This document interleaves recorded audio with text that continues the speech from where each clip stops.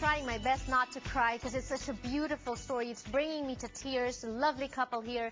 Gil and Juan have been together 35 years, but it's not that easy. In fact, Gil is living with AIDS. And so because of that, and your partners, you are living with AIDS essentially too, right? And earlier before the break, we talked about how you told him and what happened and all that. First of all, did you feel betrayed? Were you bitter? Were you questioning? Because he got it from somebody else. Yeah, of course. I think those are some of the emotions that constantly run through you. I wouldn't say they would be resolved too, just in terms of what someone else can do. I think the thing that becomes hard is that you suddenly realize that your life has changed too.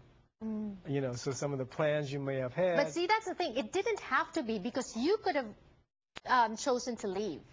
But you didn't. Yeah, I think because the love relationship, which over time we have been through so many kinds of issues, he supported me in terms of my profession. I mentioned I was a nurse. He helped me through nursing school. There are little things that we went through, telling our parents together, our friends. We have mutual friends. How long have you been together at that point when you got sick? Probably that was in 89 when I had known. So 20 years Yes. in a relationship. Yeah. Okay, Yeah. okay. Yeah. So it was a long period of time, but I still carry the guilt today.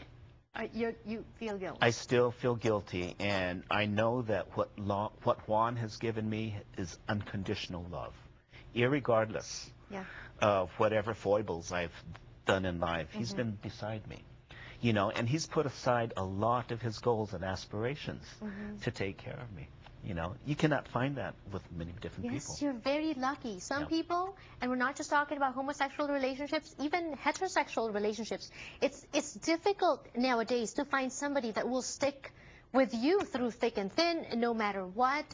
Right. What are you learning from this? Well, I mean, from my side of the story... Is there regret? Well, I was going to get it. My side of the story is you learn to travel a different road.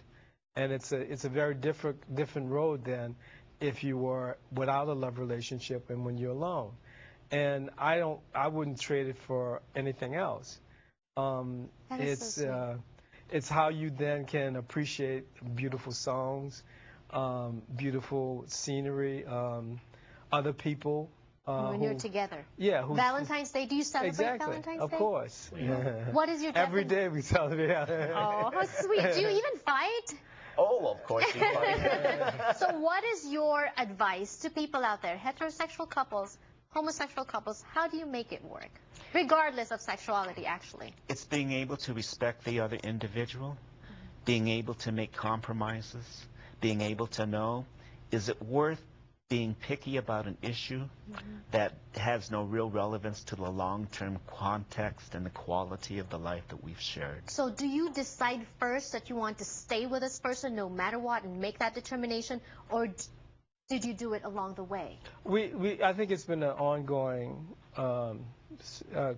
issue with us. There's no point to which it's definitive. And, there's the whole question of people get divorced, as you mentioned. Some people don't make it. I think what my sense is, there's been a commitment to try to work things out as much as possible, and it's been positive. I mean, we do have battles, and but it's been a constant situation where we change. Is it a shouting match? Is it no silent treatment? It could be. We have bottom line is never physical. Right. It's at the most we'll be quiet. So you have rules that you determine for yourself. Yes. Right. We have a rule whereby either of us can veto an issue. Oh, okay. Okay, so the idea is to try to compromise. And then there are times when there are things that you don't compromise. So it becomes clear, I veto this discussion or this issue and so on and such. And so we move on to maybe another point, bringing it up. So you just let it be. Let it be, and maybe come back to it at another point. Right. And they say that the formula for a long-lasting marriage is are two good forgivers. Right. So I guess when you mentioned earlier, compromising, making it work, understanding, I guess you also forgive. I forgive because when I stop and be more rational and don't let my emotional side operate, then I recognize everything that Juan expresses. He's really saying that because he loves me and he cares about me.